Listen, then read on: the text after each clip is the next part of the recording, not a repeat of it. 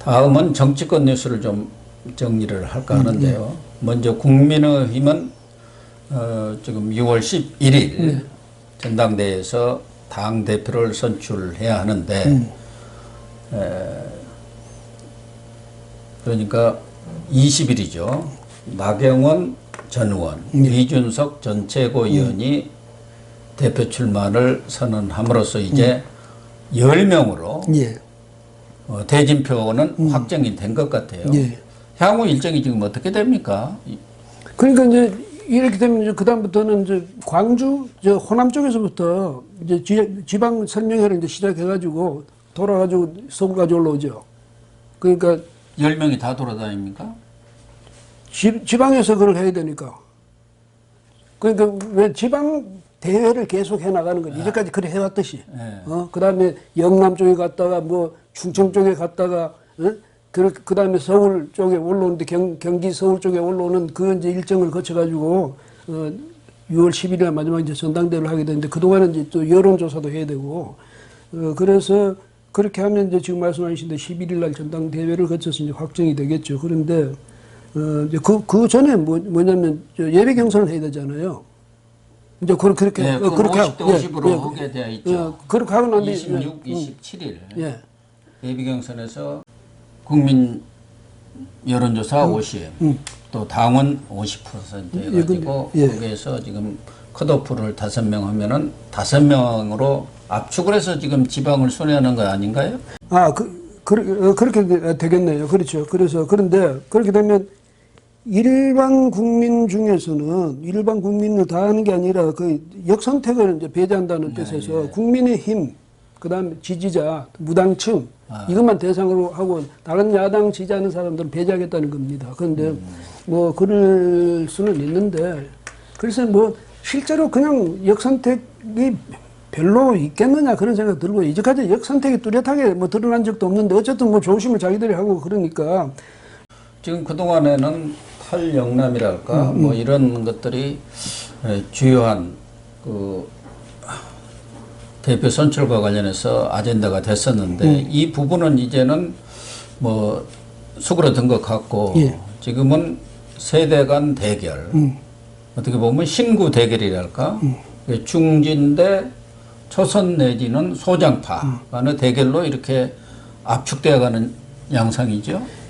예, 그러니까 지금 여론조사를 그 4개 코리아 리서치하고 뭐 한국 리서치 이런 4개 회사가 이제 그 합동으로 여론조사를 했더니 지난 그 17일부터 19일 사이에 했는데 거기서 보니까 이준석 전 최고위원이죠. 19%. 그다음 나경원 전 원내대표 16% 이런 이강 체제를 형성하고 있어요. 주호영 전 원내대표는 7% 선에 머물고 있는데 물론 이건 뭐 하나의 조사 결과지만 어쨌든 이런 상황이 되고 중요한 것은 상징적인 것은 이준석, 나경원 두 사람이 이미 하나는 신세대, 하나는 당의 중진 세력 뭐 이렇게 되니까 그 점에서 지금 말씀하신 대로 그런 구도로 지금 경쟁 구도가 형성되고 있는데 이제 과연 이제 신세대가 앞으로 당권을 장악할 수 있게 될 것인가 아니면 역시 뭐 중진 세력 당내에서 뿌리를 둔 이 세력이 계속 당을 이끌 것인가 여기 관심이 이제 집중되고 있죠. 근데 뭐 일장일단이 있으니까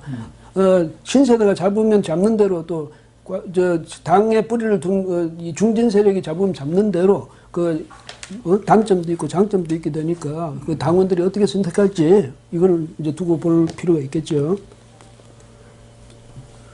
지금 초반에는 주호영 전 원내대표가 아주 강력하게 유력한 후보로 거론되다가 아무래도 김기현 원내대표가 PK니까 TK인 주호영 원내대표가 또 당의 간판이 되는 것은 바람직하지 않다. 뭐 그런 여론을 타고 있는지 아니면 본인의 리더십 문제인지는 모르지만 지금 국민의힘 상황을 보면은 중진 중에서는 나경원 전 의원과 주호영 전 원내대표 그 다음에 뭐 홍문표 의원이 앞서 있는 것 같고 그 다음에 소장파 중에서는 이준석 전 최고위원 김웅 의원 그래서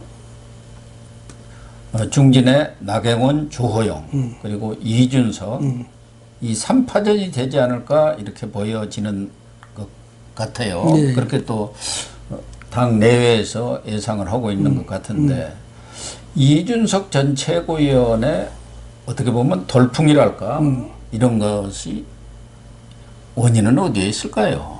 그 역시 지난번 재보선에서 드러났듯이 이 우리 그 유권자 중에도 이뭐 젊은층 그 신세대들의 그 정치에 대한 그 정치에 진입하는 그 신세대들의 그 활약이랄까 그 관심도가 굉장히 높아졌다. 그다음에 또 이준석 전 최고위원이 요즘 보면 이제 뭐 정치적인 문제에 대해서 계속 아젠다를 이끌어가고 있는 그런 상황이거든요. 그런 점에서도 이제 또 있고, 예, 중진 그룹이라는 사람들이 그동안 좀 굉장히 당이 침체기에 그 사람들이 중요한 요직을 맡아 있었기 때문에 당신들이 뭐 했느냐 그동안에 이런 데 있기 때문에 우리가 당이 살아나려면 당원들부터도 우리가 살아나려면 우리는 새로운 분위기를 이제 이끌어 가야 된다. 뭐 이런 것도 있고 기대, 젊은 사람에 대한 기대도 있고 이렇게 있죠. 그래서 이준석 이제 최고위원이 아마 그 중에서도 신세대 중에도 지금 가장 활약이 뚜렷했으니까 가장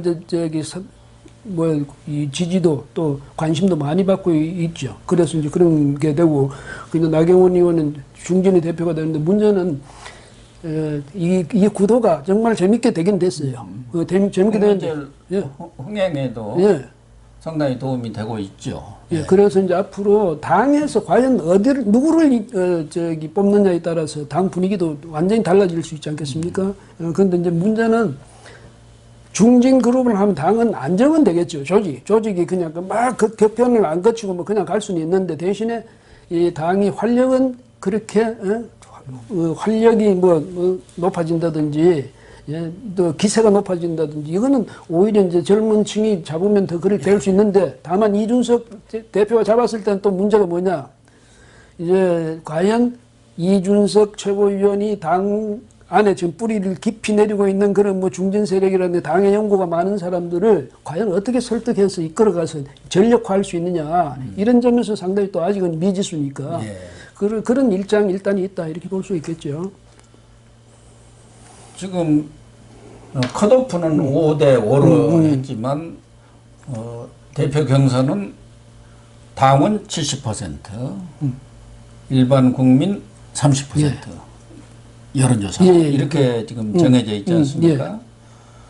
그런데 지금까지 나온 여론조사를 보면은 일반 여론조사에서는 이준석 전 최고위원이 1위를 하고 있지만 당원들을 상대로 한 그런 조사에서는 나경원 전 의원이 1위를 하고 있는 것 같아요. 그러니까 당심과 민심이 좀 분리되어 있다가 괴리를 보이고 있다가 할 수도 있는데 아마 당으로서는 뭐 오랫동안 당 생활을 해왔던 사람들로서의 판단이 또 있는 것이고 이번 대표는 대선 전국을 관리해야 하는 그런 막중한 책임이 있기 때문에 최소한도 국회의원을 했다든가 또 경험과 경륜이 있는 사람이 필요하지 않겠느냐 그런 생각들이 좀 강한 것 아닌가 그런 판단이 들어요. 그러니까 가보지 않는 길 거기다 불안하거든. 불안감이 있죠.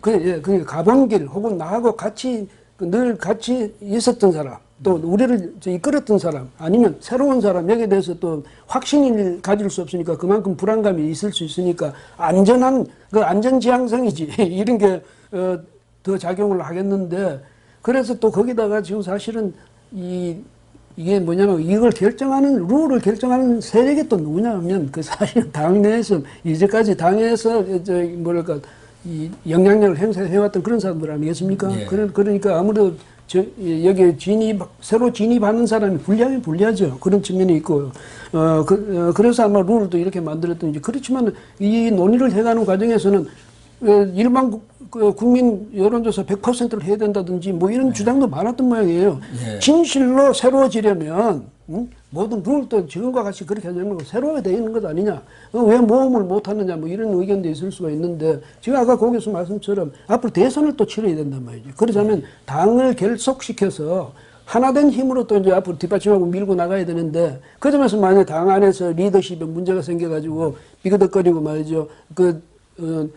대표가 가는데 뒤에서 뭐 협조를 안 한다든지 서로 이것 되니까 이렇게 되면 전력이 분산된다 그런 우려도 있겠죠. 있는데 또 그거를 한편으로 생각하면 용기를 가지고 말이지 새로운 저 리더 해가지고 한번 뭉쳐서 나가면 더 낫지 않느냐 또 이런 주장도 나올 수 있겠죠. 그런데 70, 30 이렇게 하니까 어쨌든 겉으로 보기에는 나경원 전 대표가 만약 둘이가 결과적으로 만약 그렇게 붙게 될 경우에는 더 유리할 수도 있지 않겠느냐 이런 측면도 있는데 또 한편으로는 중진 대 신진의 만약 대결이 되면 저 5명이 되잖아요. 예. 5명이 되면 중진의 표가 또 그 안에서 또 분산될 수도 있거든. 그러니까 분산 가능성이 예. 있지 않습니까? 그런 점도 또 가만히 돼야 되겠죠. 또 김종인 전 비대위원장이 김웅 의원과도 얼마 전에 만났고 또 김은혜 의원도 지금 당대표 출마 선언을 했는데 비대위원장 시절에 또 네. 비대위 대변인을 했지 않습니까? 이준석 전 최고위원과도 과거에 비대위원을 같이 한 적이 있고 그래서 김종인 전 비대위원장이 밖에서 훈수 내지는 과외 수업도 좀 하고 있는 그런 상황 아니에요? 예. 그런 것들이 또 어떻게 미칠지. 또 홍준표 전 대표 지금 복당을 신청을 했고 서울시당까지는 승인이 됐습니다만은 홍준표 전 대표 입김이랄까 그런 부분도 무시할 수 없는 것이고 영향력이 있겠죠. 예. 예. 윤석열 전 총장이야 뭐 특별한 의사표명이 없겠지만 윤석열 전 총장을 향한 마케팅이 활발히 펼쳐질 것 같아요. 예, 지금도 그랬잖아요. 우리 뭐 아파트 방박 영향력이 당내 영향력 못지않게 커지지 않을까 그런 뭐 생각도 같은 아파트에서 한다는데 내가 차로 뭐 거기까지 모셔다 드렸다는 별 인연이 다 이제 강조가 되고 내가 처음 모셨던 분이다 뭐 이렇게 이야기가 나오고 하는데 사실은 윤석열 전 총장의 입장에서도 가능하다면 국민의힘에 정말 가고 싶다면 이 새로운 지도부가 구성되는 데 있어서 어떤 역할을 좀 하고 싶은 내심도 있겠지만 지금 드러내놓고 했다가는 이제 이거 여론의 역풍을 맞을 거란 말이지. 이럴 수도 없고 저럴 수도 없고 해서 아마 구경만 하는 상황이 될 거고 지금 아까 김종인 그 비대위원장 이야기하면서 김은혜 뭐 또 이런 신진들 이야기하는데 만약에 또 신진들 사이에서 우리가 5명 안에 이런 사람들이 만약 든다면 우리 또 뭐 후보 단일화하자든지 이런 이야기가 나올 수도 있겠죠. 있는데 김은혜 뭐 의원이 벌써 그랬대요. 후보 단일화 같은 건 없다고 말이지. 뭐 그렇게까지 이야기를 하던데 그렇지만은 상황에 따라서 또 달라질 수 있죠. 있으니까 그런 점도 변수가 아니겠습니까? 예.